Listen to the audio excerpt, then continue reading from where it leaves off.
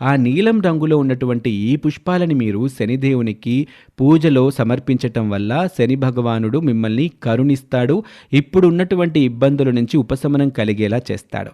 అలాగే శంకుపూల తీగని ఇంట్లో పెట్టుకోవటం ఉపయోగం. లక్ష్మీ కటాక్షం కలిగిస్తుంది, సంపదని, ఐశ్వర్యాన్ని అందిస్తుంది, కుటుంబంలో ఆనందం వెలివిరిసేలా చేస్తుంది. కానీ ఇది ఏ దిశలో నాటాలి అనేది కూడా అత్యంత ముఖ్యమైనటువంటి, ప్రతి ఒక్కరూ తెలుసుకోవాల్సినటువంటి అంశం. వాస్తు ప్రకారం శంకుపూల తీగని ఇంట్లో ఉత్తర దిశలో మాత్రమే నాటాలి. ఇలా నాటితేనే మంచి ఫలితాలు మీకు వస్తాయి. అంతేకాదు మీ ఇంట్లో ఆనందం వెల్లివిరుస్తుంది. ముఖ్యంగా గుర్తుపెట్టుకోవాల్సిన విషయం ఏంటంటే, ఉత్తర దిశలో కాకుండా పడమర కానీ దక్షిణ దిశలో కానీ ఈ మొక్కని నాటితే మీకు ఇబ్బందులు తలెత్తుతాయి, రావాల్సిన ప్రయోజనాలు రాకుండా ఉంటాయి. కాబట్టి శంకుపూల తీగని ఎట్టి పరిస్థితుల్లోనూ మీరు ఉత్తర దిశలో నాటండి. ప్రతి ఒక్కరూ దీని యొక్క ప్రయోజనాలని తెలుసుకోండి, దీని యొక్క విశిష్టతని